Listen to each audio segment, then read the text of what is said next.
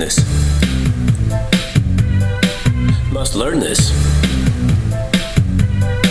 Must learn this. Break it down.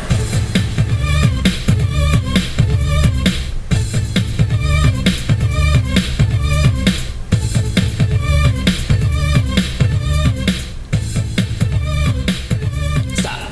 Grammar time.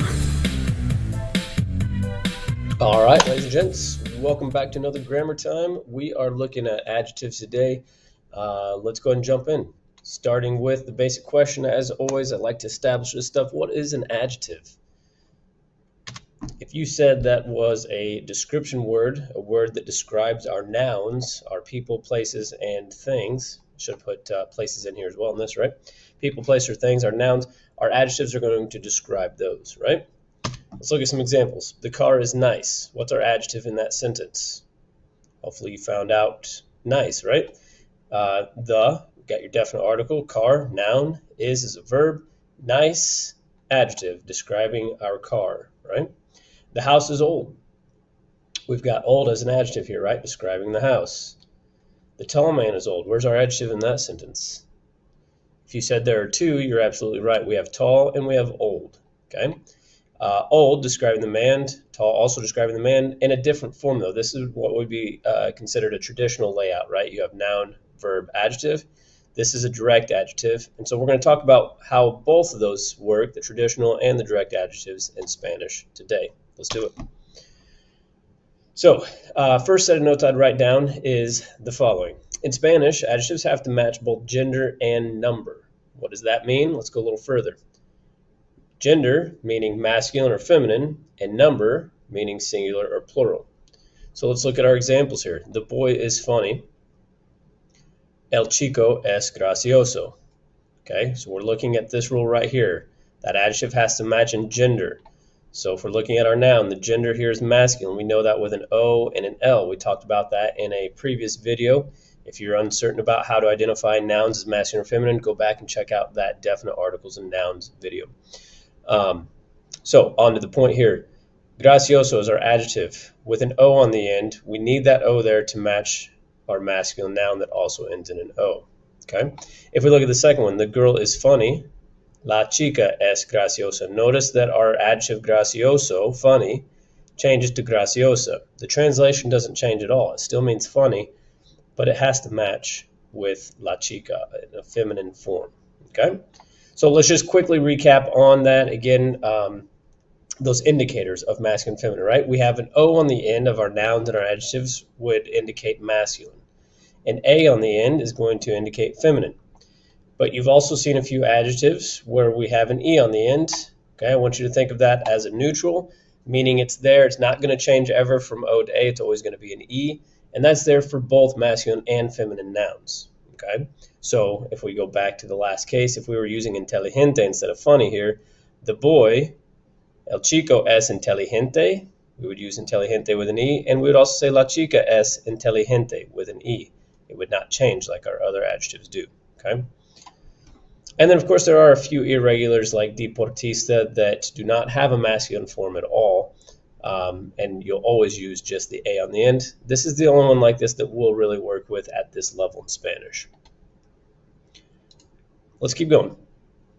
So we looked at the example, the boy is funny, the girl is funny. Let's talk about that number now, the idea of number, singular, plural, right? If we go to plural these, and this is where it's a little different from the way we think about it in English, these adjectives have to match that noun, masculine, feminine, but also singular, plural. So if this is plural in this example, los chicos, the boys, are funny, we do have to plural that adjective as well. Okay. Same with this one. Las chicas son graciosas. We still have an A here for feminine to match that feminine noun, but because the noun is also plural, we need to plural our adjective. I know that's weird. We don't do that in English, right? It's something you'll get used to over time. Okay. So let's pause the video here for a minute and try some practice. I'd like for you to translate these. All right, let's take a look at the answers here. The boy is smart. El chico es inteligente. I told you it was a girl, right? So you need to be thinking about that. I am orderly. Yo soy ordenada. You need an A on the end there because that is a girl. You are outgoing.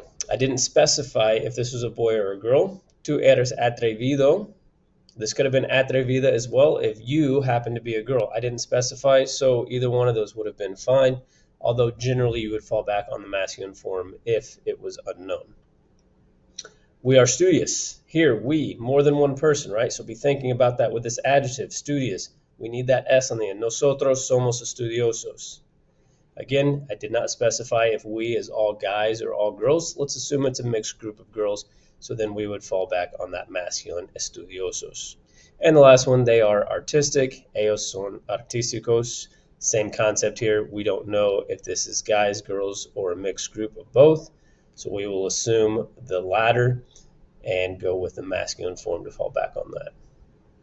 Okay, so let's go on to the next rule here then. If you remember me at the start of the video talking about these direct adjectives, the smart boy is funny. Here's your traditional form, boy is funny. Smart boy, direct adjective. Let's look at how those work in Spanish. In Spanish, if you notice, it's slightly different as we translate that sentence. The smart boy is funny becomes el chico inteligente es gracioso. Where did we put the adjective, that direct adjective? We put it behind the noun, right? Here's your noun, here's your direct adjective. So that's the second point of notes we should get down. Adjective placement in Spanish. They're used directly with the nouns, and they come after the noun they describe, okay? That is the opposite of the English rules, right? Let's take a look at some examples. If we wanted to say Carlos is an unorganized boy, in Spanish it would be Carlos is a boy unorganized. The lazy cat would be the cat lazy, okay? The red car would be the car red. The green apple, the apple green, okay? The adjective goes behind that noun. Again, going to take some time to get used to because that is the opposite of the way we are used to doing it in English. So with that in mind, let's do a little more practice. Go ahead and pause the video and try these out.